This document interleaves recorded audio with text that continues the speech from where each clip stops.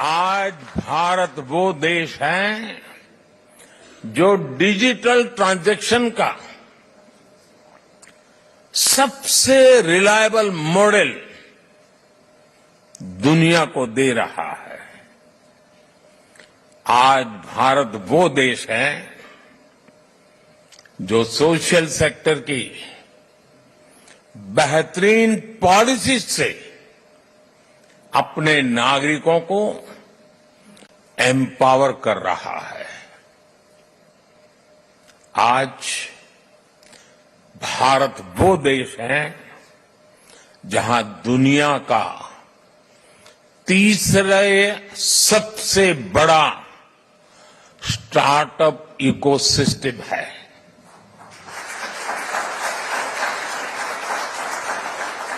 मैं जब 2014 में पहली बार आप लोगों ने मुझे देश की सेवा करने का मौका दिया, तब कुछ सैकड़ों में स्टार्टअप हुआ करते थे। आज लाखों में है।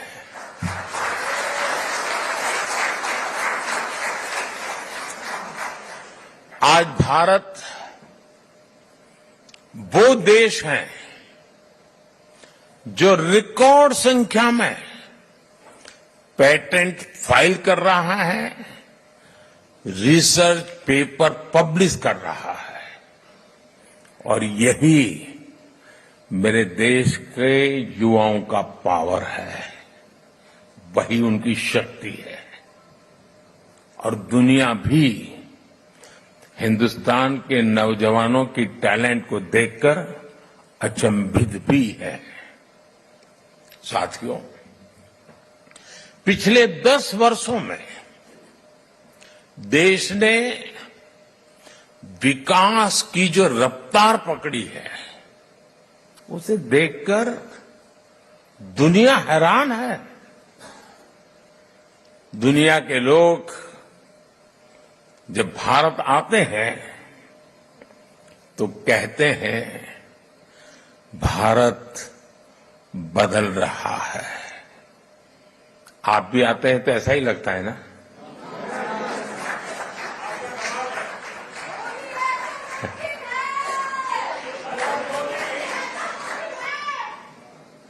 वो ऐसा क्या देख रहे हैं? वो देख रहे हैं कि भारत का कायाकल्प, भारत का नवनिर्माण वो साफ साफ देख पा रहे हैं। जब भारत G20 जैसे सफल आयोजन करता है, तब दुनिया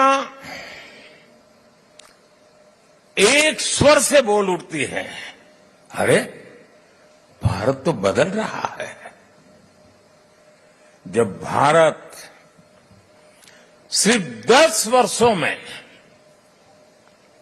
अपने एयरपोर्ट्स की संख्या को बढ़ाकर 2 गुना कर देता है, तो दुनिया कहती है वाकई भारत बदल रहा है। जब भारत सिर्फ 10 साल में 40,000 किलोमीटर से ज्यादा, यह आंकड़ा याद रखना, 40,000 किलोमीटर से ज्यादा रेल लाइन का इलेक्ट्रिफिकेशन कर देता है,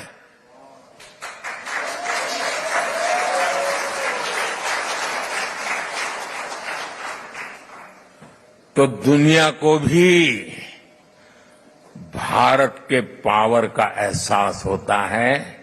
उनको लगता है देश बदल रहा है। आज जब भारत डिजिटल पेमेंट्स के नए रिकॉर्ड बना रहा है, आज जब भारत L1 पॉइंट से सूरज की परिक्रमा पूरी करता है, आज जब भारत दुनिया का सबसे ऊंचा रेलवे ब्रिज बनाता है। आज जब दुनिया की सबसे ऊंची स्टैच्यू बनाता है तो दुनिया कहती है वाकई भारत बदल रहा है।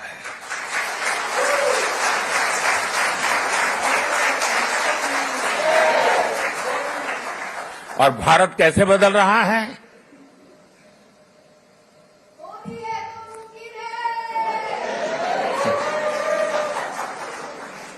कैसे बदल रहा है? भारत बदल रहा है क्योंकि भारत अपने 140 करोड़ नागरिकों के सामर्थ्य पर भरोसा करता है।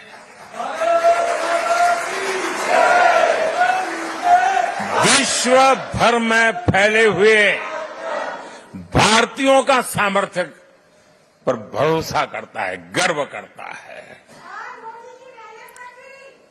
भारत बदल रहा है क्योंकि 140 करोड़ भारतीय अब भारत को विकसित देश बनाने का सपना संकल्प लेकर के पूरा करना चाहते हैं। इसके लिए आप दिन रात मेहनत करते हो। हिंदुस्तान पूरा मेहनत कर रहा है, हर किसान कर रहा है, हर नौजवान कर रहा है, हर गरीब कर रहा है।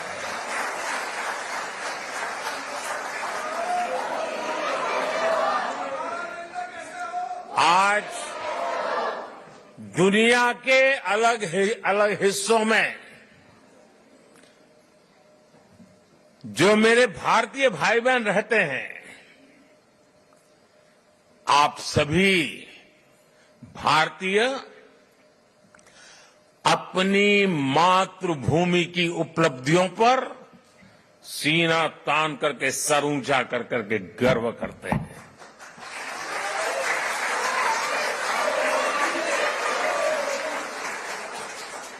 आप गर्व से बताते हैं कि आपका भारत आज किन बुलंदियों को छू रहा है। अपने विदेशी दोस्तों के सामने भारत का जिक्र आते ही आप देश की उपलब्धियों की पूरी लिस्ट रख देते हैं और वो सुनते ही रह जाते हैं। मैं जरा आपसे पूछता हूं, क्या बताइए, मैं जो कह रहा हूं सच है कि नहीं है? आप ऐसा करते हैं कि नहीं करते? आपको गर्व होता है कि नहीं होता है? दुनिया का आपकी तरफ देखने का नजरिया भी बदला है कि नहीं बदला है? ये 140 करोड़ देशवासियों ने करके दिखाया है।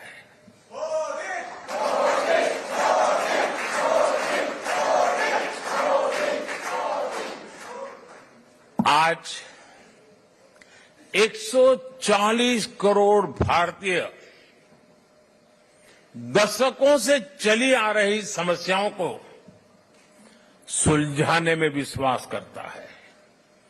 कारपेट के नीचे दबा करके गुजारा करना अब देश को गुवारा नहीं है दोस्तों।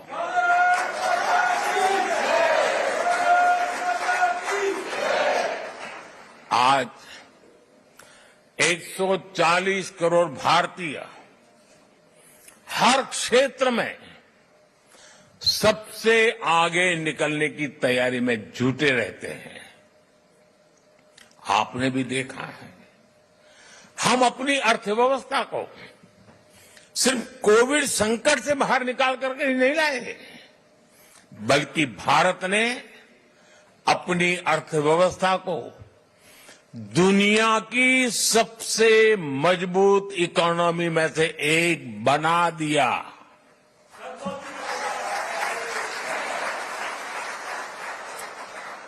हम अपने इंफ्रास्ट्रक्चर की कमियां दूर तो कर ही रहे हैं, बल्कि हम ग्लोबल स्टैंडर्ड के माइलस्टोन क्रिएट कर रहे हैं। हम सिर्फ अपनी स्वास्थ्य सेवाएं सुधार रहे ऐसा नहीं, बल्कि देश के हर गरीब को मुफ्त इलाज की सुविधा भी दे रहे हैं और दुनिया की सबसे बड़ी हेल्थ एश्योरेंस स्कीम चलाते हैं। आयुष्मान भारत ये दुनिया की सबसे बड़ी स्कीम है। ये सब कैसे हो रहा है दोस्तों? इसे कौन कर रहा है? मैं फिर कहता हूं, 140 करोड़ देशवासी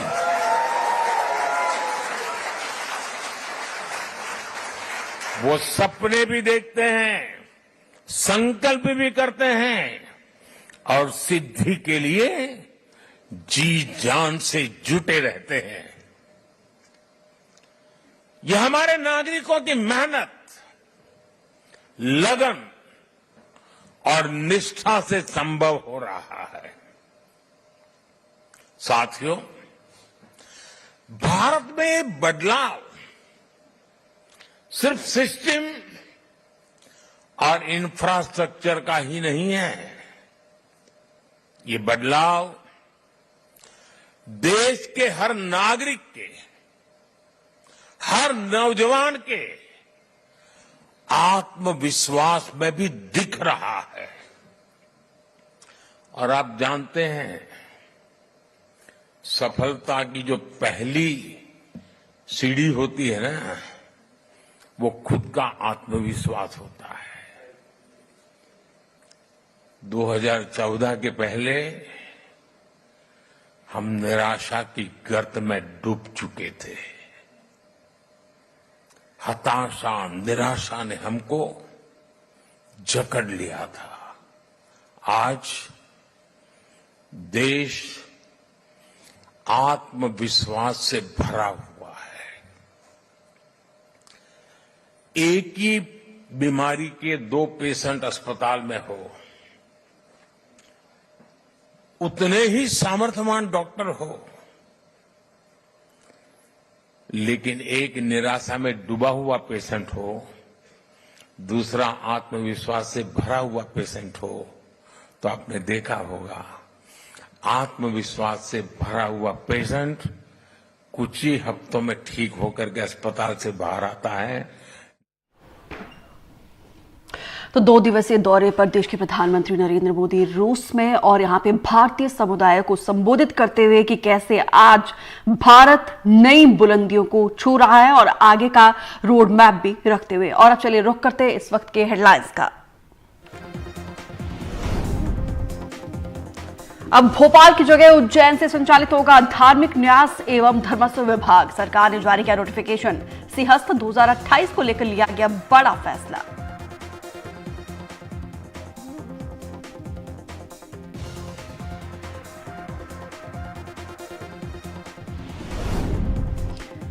भिंड में एनडीटीवी की खबर का बड़ा असर। जीवाजी यूनिवर्सिटी में सामुदायिक नकल मामले में केंद्र अध्यक्ष समेत 2 क्लर्क निलंबित। एनडीटीवी पर खबर दिखाए जाने के बाद हुई कार्रवाई। खंडवा से गिरफ्तार आतंकी फैजान शेख की कोर्ट में आज पेशी। रिमांड बढ़ाने की मांग कर सकता है एटीएस। 5 दिनों की पूछताछ में एटीएस को मिली है कई अहम जानकारी। पीएचई मंत्री संपतिया उइके के गांव ठरका में डायरिया की बीमारी से हड़कंप। गांव में कैंप कर रही स्वास्थ्य विभाग की टीम। ग्रामीणों का आरोप, नल जल योजना के तहत सप्लाई की जाने वाली पानी से तबीयत हुई खराब। अधिकारियों ने किया इनकार। प्रायोजक हैं पेट सफा आयुर्वेदिक चूरन। पेट सफा हर रोग दफा।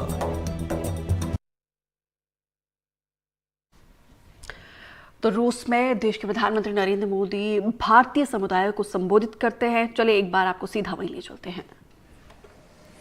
क्रिकेट तक सीमित नहीं है, बल्कि दूसरे खेलों में भी दिख रही है। बीते सालों में हम इंटरनेशनल टूर्नामेंट में हमारे एथलीट्स ने ऐतिहासिक प्रदर्शन किए हैं। इस बार पेरिस ओलंपिक में भी भारत की तरफ से एक शानदार टीम भेजी जा रही है। आप देखिएगा, पूरी टीम, सारे एथलीट्स कैसे अपना दम दिखाएंगे। भारत की युवा शक्ति का यही आत्मविश्वास भारत की असली पूंजी है और यही युवा शक्ति भारत को 21वीं सदी की नई ऊंचाइयों पर पहुंचाने का सबसे बड़ा सामर्थ्य दिखाती है। साथियों, आपने चुनाव का माहौल भी देखा होगा, टीवी पर देखते होंगे चुनाव कैसा चल रहा है, कौन क्या कह रहा है, कौन क्या कर रहा है। साथियों, चुनाव के दौरान मैं कहता था कि बीते 10 सालों में भारत ने जो विकास किया वो तो सिर्फ एक ट्रेलर है।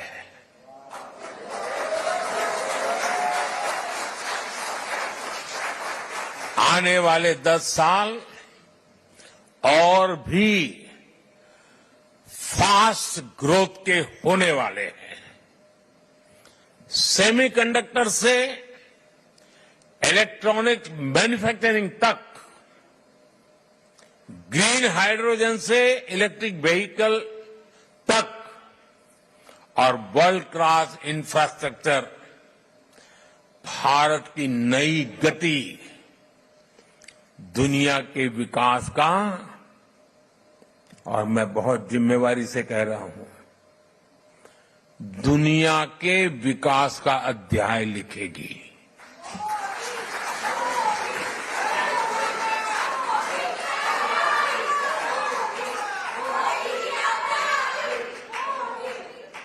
आज ग्लोबल इकोनॉमी की ग्रोथ में 15% भारत कंट्रीब्यूट कर रही है। आने वाले समय में इसका और ज्यादा विस्तार होना तय है। ग्लोबल पॉवर्टी से लेकर क्लाइमेट चेंज तक हर चैलेंज को चैलेंज करने में भारत सबसे आगे रहेगा और मेरे तो डीएनए में है चुनौती को चुनौती देना।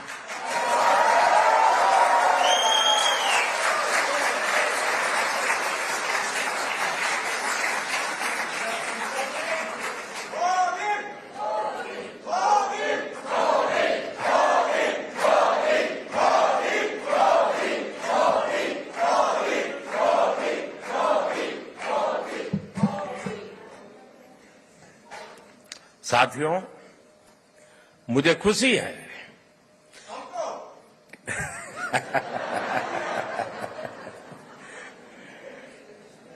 बस यही प्यार जो है ना दोस्तों,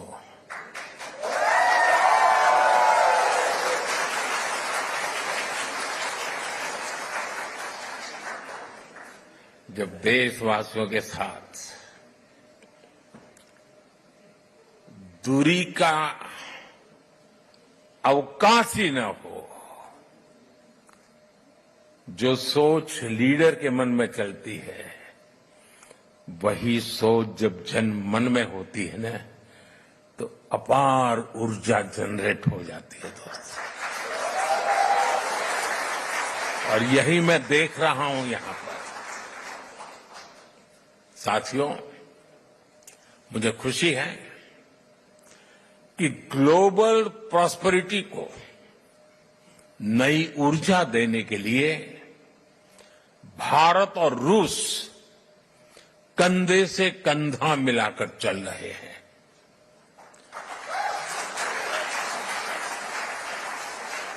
यहां मौजूद आप सभी लोग भारत और रूस के संबंधों को और नई ऊंचाई दे रहे हैं। आपने अपनी मेहनत से, अपनी ईमानदारी से रूस के समाज में अपना योगदान दिया है। साथियों, मैं दशकों से भारत और रूस के बीच जो अनोखा रिश्ता है उसका कायल रहा हूं। रूस शब्द सुनते ही हर भारतीय के मन में पहला शब्द आता है भारत के सुख दुख का साथी।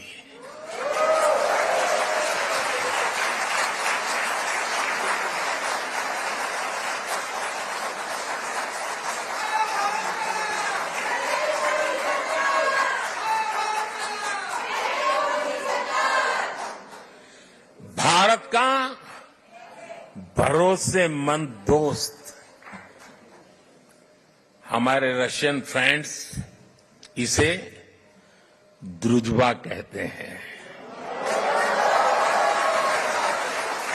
और हम हिंदी में इसे दोस्ती कहते हैं। रूस में सर्दी के मौसम में टेम्परेचर कितना ही माइनस में नीचे क्यों न चला जाए, भारत रूस की दोस्ती हमेशा प्लस में रही है, गर्मजोशी बनी रही है।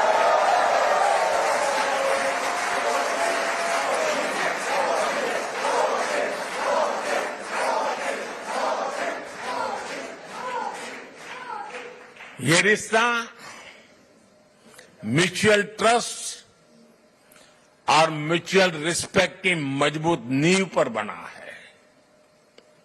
और वो गाना तो यहां के घर घर में कभी गाया जाता था, सर पे लाल टोपी रूसी, फिर भी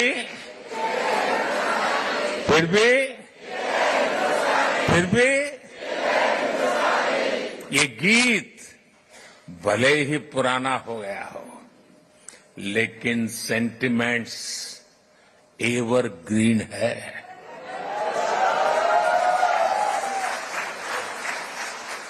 पुराने समय में श्रीमान राज कपूर, श्रीमान मिथुन दा ऐसे कलाकारों ने भारत और रूस की संस्कृति की दोस्ती को मजबूत किया।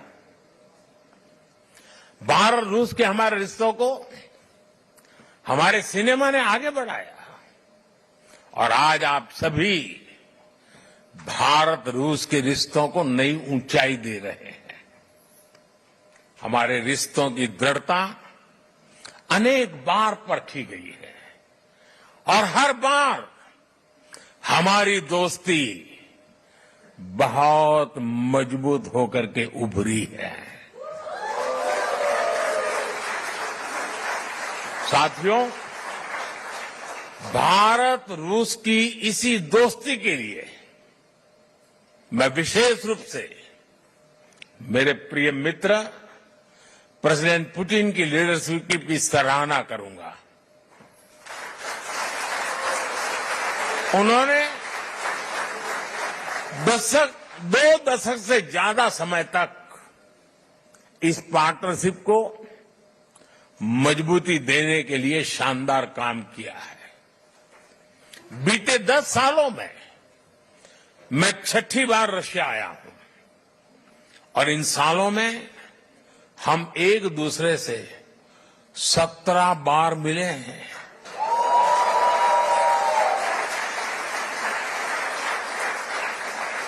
ये सारी मीटिंग ट्रस्ट और रिस्पेक्ट को बढ़ाने वाली रही है।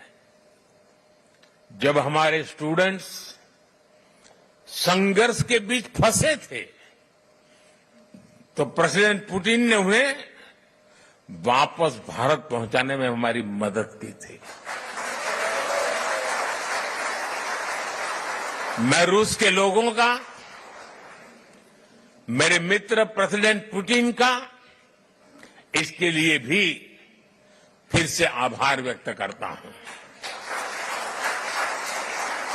साथियों, आज बड़ी संख्या में हमारे नौजवान रशिया में पढ़ाई के लिए आते हैं। मुझे बताया गया है कि यहां अलग अलग राज्यों की एसोसिएशन भी है। इससे हर राज्यों के त्योहारों, खान पान, भाषा, बोली, गीत, संगीत की विविधता भी यहां बनी रहती है। आप यहां होली, दिवाली से लेकर हर त्योहार धूमधाम से मनाते हैं। भारत के स्वतंत्रता दिवस को भी यहां उत्साह और उमंग से मनाया जाता है। और मैं आशा करूंगा इस बार 15 अगस्त तो और शानदार होनी चाहिए।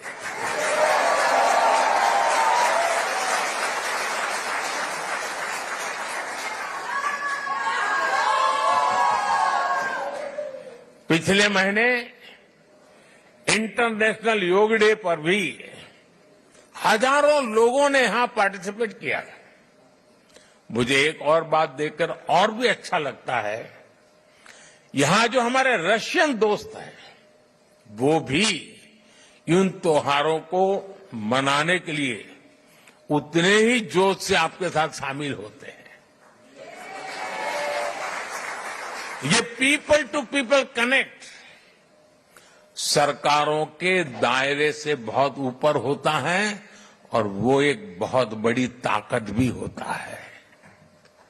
और साथियों, इसी पॉजिटिविटी के बीच मैं आपसे एक और गुड न्यूज भी शेयर करना चाहता हूं।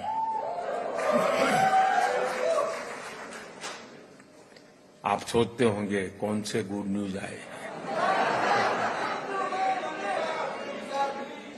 कजान और युकातेरिनबुर्ग में 2 नए काउंसलेट खोलने का निर्णय लिया गया।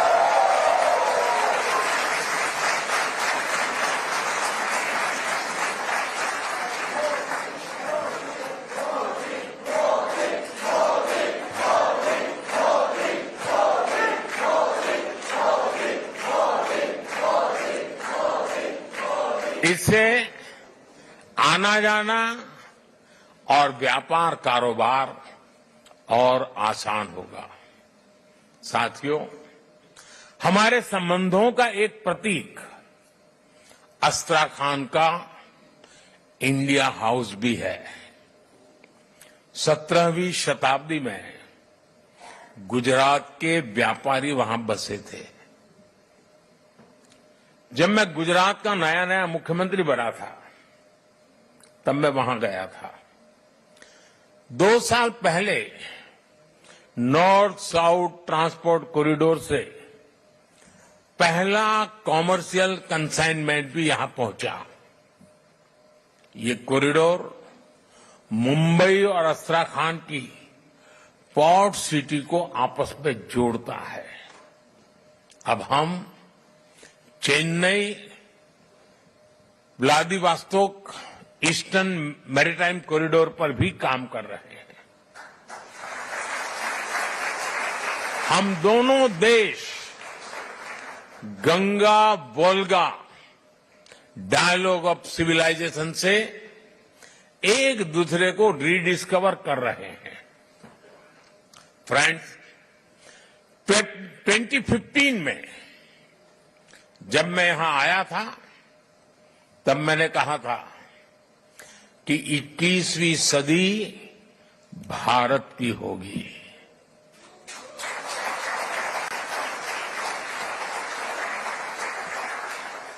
तब मैं कह रहा था, आज दुनिया कह रही है।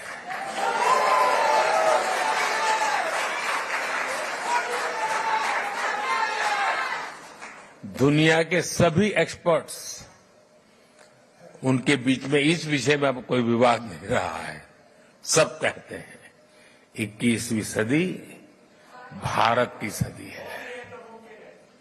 आज विश्व बंधु के रूप में भारत दुनिया को नया भरोसा दे रहा है। भारत की ग्रोइंग कैपेबिलिटीज ने पूरी दुनिया को स्टेबिलिटी और प्रॉस्पेरिटी की उम्मीद दी है। New emerging multipolar world order में भारत को एक मजबूत पिलर के रूप में देखा जा रहा है। जब भारत पीस, डायलॉग और डिप्लोमेसी की बात कहता है तो पूरी दुनिया सुनती है। जब भी दुनिया पर संकट आता है तो भारत सबसे पहले पहुंचने वाला देश बनता है और भारत दुनिया की उम्मीदों को पूरा करने के लिए कोई कसर नहीं छोड़ेगा। लंबे समय तक दुनिया ने एक इन्फ्लुएंस ओरिएंटेड ग्लोबल ऑर्डर देखा है। आज की दुनिया को इन्फ्लुएंस की नहीं, कॉन्फ्लुएंस की जरूरत है। ये संदेश समागमों और संगमों को पूजने वाले भारत से बेहतर भला कौन समझ सकता है, कौन दे सकता है। साथियों, आप सभी रूस में भारत के ब्रांड एम्बेसडर्स हैं।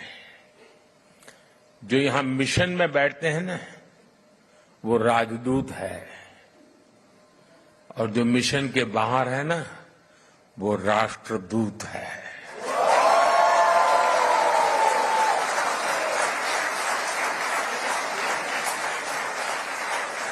आप ऐसे ही रूस और भारत के रिश्तों को मजबूत बनाते रहें। साथियों, 60 साल के बाद हिंदुस्तान में कोई सरकार तीसरी बार चुनी जाए, ये अपने आप में बहुत बड़ी बात है। लेकिन इस चुनावों में सबका ध्यान, सारे कैमरा मोदी पर लगे रहे। उसके कारण कई और महत्वपूर्ण घटनाओं की तरफ लोगों का ध्यान नहीं गया। जैसे इस चुनाव के समय 4 राज्यों में भी चुनाव हुए।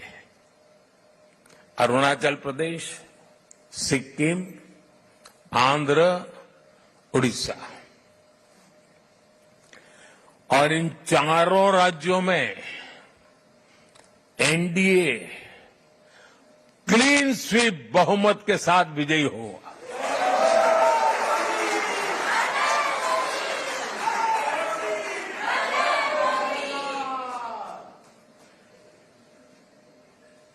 और अभी तो महाप्रभु जगन्नाथ जी की यात्रा चल रही है। जय जगन्नाथ। उड़ीसा ने तो बहुत बड़ा रिवॉल्यूशन किया है, और इसलिए मैं भी आज आपके बीच में उड़िया स्कार्फ पहन के आया हूं।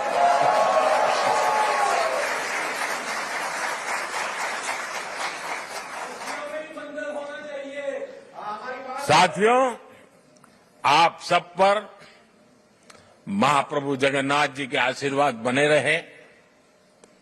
आप स्वस्थ रहें, आप समृद्ध रहे। इसी कामना के साथ मैं आप सबका बहुत बहुत धन्यवाद करता हूं। और ये अमर प्रेम की कहानी है दोस्तों।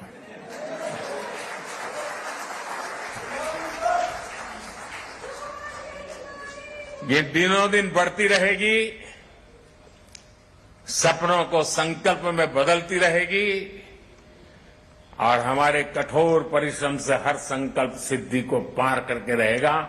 इसी विश्वास के साथ मैं फिर एक बार आपका हृदय से बहुत बहुत आभार व्यक्त करता हूं। मेरे साथ बोलिए, भारत माता की, भारत माता की, भारत माता की, वंदे वंदे वंदे मातरम वंदे मातरम वंदे मातरम वंदे मातरम वंदे। मातरम। बहुत बहुत धन्यवाद। मैं समस्त भारतीय समुदाय की ओर से माननीय प्रधानमंत्री जी का